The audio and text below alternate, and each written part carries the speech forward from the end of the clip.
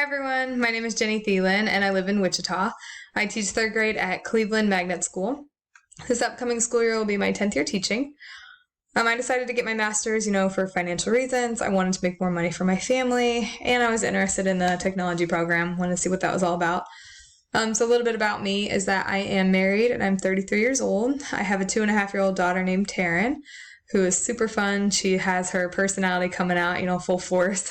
And that's been really fun, just watching her just grow and talk all the time.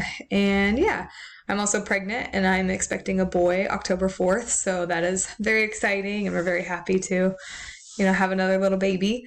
So this summer is going to be busy, finishing up these classes and just kind of getting ready for a new baby. But, I'm not going to lie, I'm incredibly excited to be done with my master's this summer. It's been a long time coming and I'm just looking forward to finishing up. So yeah, that's a little bit about me.